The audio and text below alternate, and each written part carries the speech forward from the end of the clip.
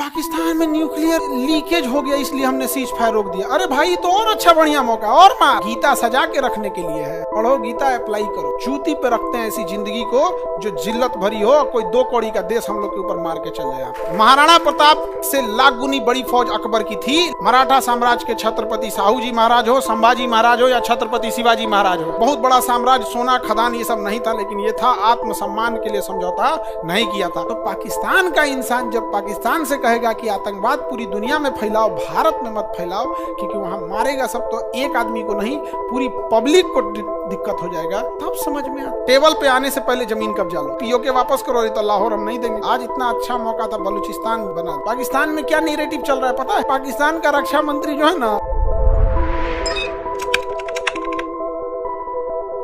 Indian media ने जो दिखाया है कि हम जी न्यूज जो है वो लाहौर कब्जा कर लिया था, और न्यूज 18 रावलपिंडी कब्जा किया था, और टीवी 9 भारतवर्ष ने कराची और इस्लामाबाद दोनों कब्जा कर लिया था। दोनों रिपब्लिक भारत पूरा पाकिस्तान पार करके अफगानिस्तान हिल गया था। अर्नब गोस्वामी है ना उसमें, उसे पूरा पार कर गए थे।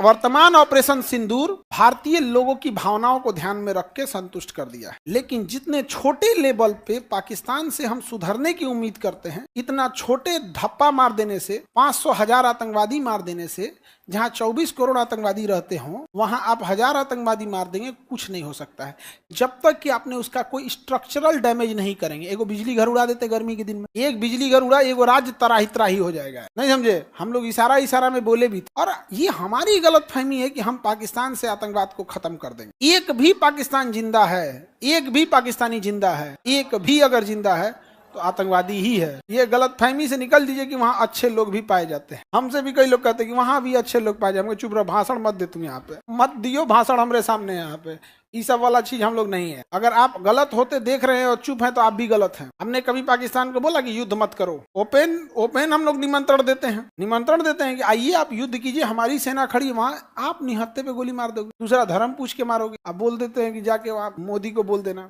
मोदी जी को भी बैलेंस करने में लग जाते हैं।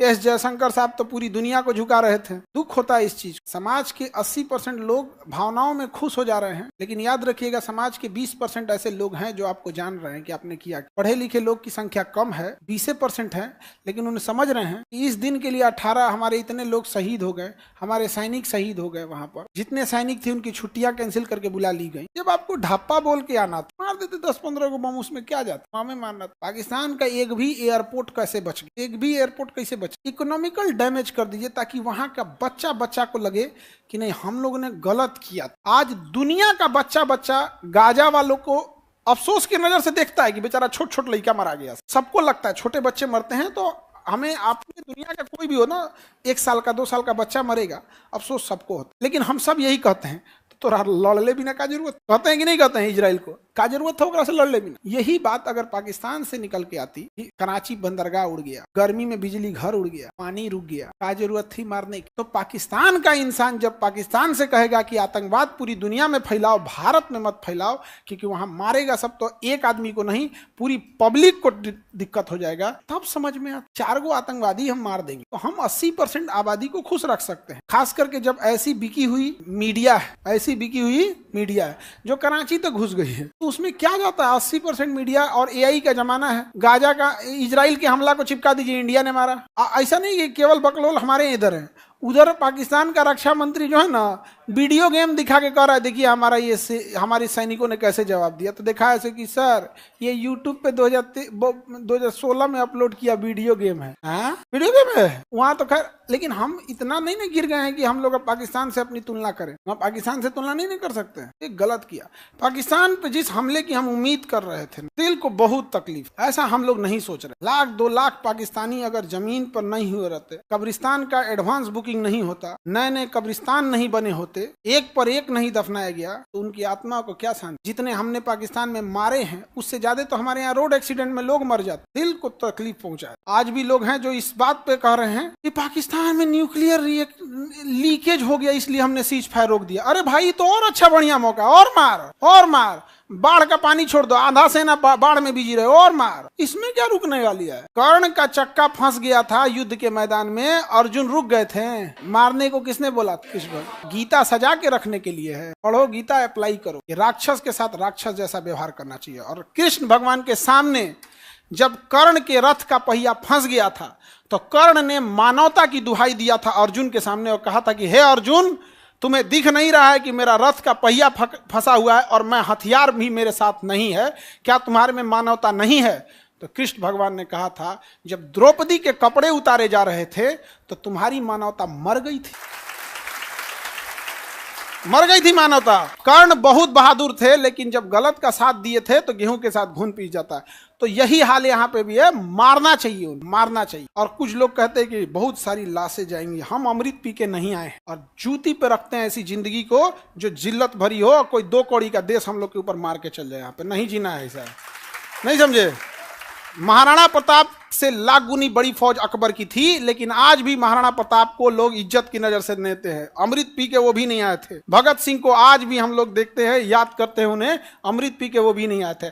मराठा साम्राज्य के छत्रपति साहू जी महाराज हो, संभाजी महाराज हो या छत्रपति शिवाजी महाराज हो, अमृत पी के ये लोग भी नहीं आए थे। बहुत बड़ा साम्राज्य, सोना खदान ये सब नहीं था, लेकिन ये था आत्मसम्मान के लिए समझौता नहीं किया था। हम उन्हीं के, हम लोग, हमारे ही पूर्वज हैं। बोले पाकिस्तान में न्यूक्लियर लीक हो गया तो हम हमला रोक देंगे, इसीलिए थोड़ा सा दिल को तकलीफ पहुंची। बाढ़ में गया डिप्लोमेसी, हमारे यहाँ पहले डिप्लोमेसी बाद में देखा जाएगा। ज्यादा सोचिएगा तो दिक्कत होता है। ऑलवेज युद्ध कंप्रोमाइज पे खत्म होता है। युद्ध जब भी खत्म होगा एक टेबल पे खत्म होगा। युद्ध लड़ी जाती है जमीन पे, खत्म होता है टेबल पे आने से पहले जमीन कब्जा लो। समझ गया?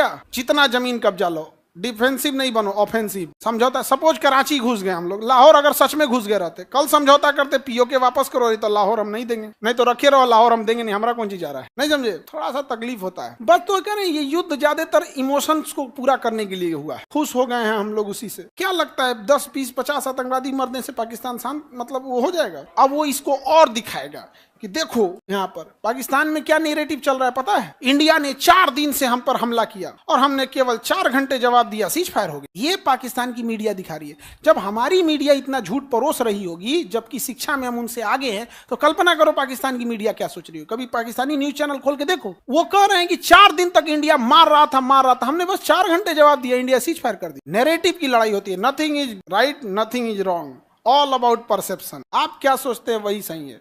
एक शाकाहारी को लगता है कि पनीर ठीक है, एक मांसाहारी को लगता है पनीर खा के क्या कर रहा है रे, क्या है? परसेप्शन है, नहीं समझे।